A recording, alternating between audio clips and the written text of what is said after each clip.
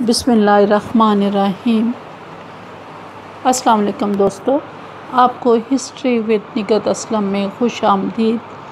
آج کی ویڈیو کا موضوع مقدس سرزمین عرب کی پیداوار ہے۔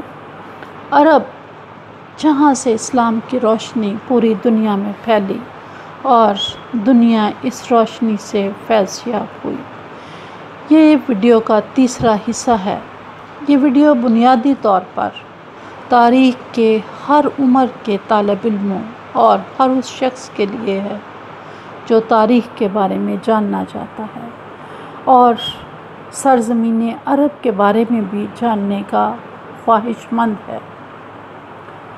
ہمارے چینل کو ضرور سبسکرائب کریں اور بیل آئیکن کے بٹن کو بھی دبا دیں تاکہ ہماری ہر ویڈیو آپ تک پہنچتی رہے اور آپ کے گھر والے اس سے استفادہ کر سکیں۔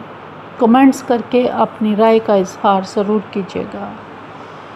آپ کو یہ ویڈیو کیسی لگی؟ آئیے ویڈیو کو شروع کرتے ہیں۔ عرب قبل از اسلام، عرب کی پیداوار۔ عرب کا سب سے زرخیز علاقہ کون سا تھا؟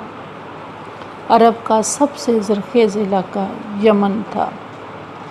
عرب میں کون کون سی فصلیں پیدا ہوتی تھیں؟ عرب میں جوار، باجرہ، جو اور کہیں کہیں گندم بھی ہوتی تھی۔ اسلام سے قبل عرب کی سب سے بڑی پیداوار کون سی تھی؟ عرب کی سب سے بڑی پیداوار کھجور تھی۔ عرب میں کون کون سے پھل پیدا ہوتے تھے؟ عرب میں کھجور، انگور، زیتون اور انجیر جیسے پھل پائے جاتے تھے۔ عرب میں سب سے زیادہ باغات کس علاقے میں پائے جاتے تھے؟ عرب میں سب سے زیادہ باغات طائف کے علاقے میں پائے جاتے تھے۔ عرب میں کون کون سے جانور پائے جاتے تھے؟ عرب میں اونٹ، گھوڑا، بکری، بھیڑ، گدھا وغیرہ پائے جاتے تھے۔